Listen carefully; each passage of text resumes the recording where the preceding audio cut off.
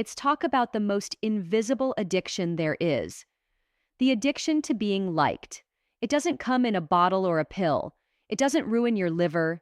It ruins your identity, quietly, slowly, in ways that are almost impossible to notice. Until one day you wake up and realize you've built a life around not upsetting people. Being liked is a drug. And most of us got hooked early, when approval meant safety, when a smile from a parent or a gold star from a teacher was proof that we were good, valuable, worthy of love. So we learned to read the room, to shrink our voices, to match the mood, to make ourselves easy, pleasant, non-threatening. We became likable, and somewhere along the way, we stopped being real. Because real isn't always likable. Real says, I disagree. Real says, that hurt me. Real doesn't smile when it's dying inside. But we don't do real. We do performance. We do damage control. We do whatever it takes to keep the peace, even if it destroys us in the process. We say yes when we mean no. We laugh at jokes that make us cringe. We keep people in our lives who drain us, because we'd rather be exhausted than be called difficult. We sacrifice our voice, our needs, our edges, all in the name of likability. And the world rewards us for it. You're so easy to be around. You're so nice. You're always so positive. They don't see the cost. The way your stomach knots every time you need to say something honest. The way you rehearse texts over and over just to sound chill. The way you apologize for your feelings before you've even expressed them.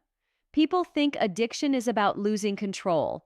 But the addiction to being liked is about staying in control of other people's perception of you.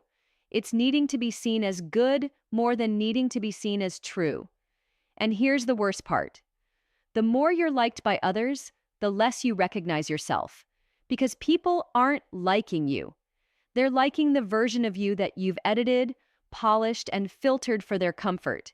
And eventually you don't just lie to others, you lie to yourself. You tell yourself you're not mad, that it's not a big deal, that you're just easygoing, but you're not. You're just scared that honesty will cost you love. So you settle, you shrink, you become agreeable to the point of invisibility. And maybe you have 1,000 friends, but none of them really know you. Maybe you get compliments every day, but none of them touch your soul. Maybe you're liked and deeply, painfully lonely. That's the cost. But here's the truth you've been avoiding. Being liked is overrated. Being understood, that's rare. Being respected, that's sacred. Being real, that's freedom. You don't need everyone to like you. You need a few people to love the hell out of the real you, the messy you, the bold you, the you that says no with a full stop. The you that's willing to disappoint others to stay in alignment with yourself, because you will disappoint people. That's part of healing. That's part of becoming. But better to be disliked for being honest than adored for being hollow. You don't have to perform anymore. You don't have to earn your existence. You get to take the mask off. And when you do, when you finally let go of the need to be liked, something wild happens. You become magnetic. Not because you're agreeable, but because you're free. Because there's nothing more powerful than someone who chooses truth over approval. Someone who knows, I wasn't born to be liked. I was born to be real. And yes, people will fall away. Some won't understand the new you. They'll call you cold, selfish, dramatic. Let them. That's just the echo of their own discomfort. Your authenticity holds up a mirror they're not ready to face. But the ones who stay, they're your people. Not because you've made yourself small to fit them, but because they've grown wide enough to hold you as you are.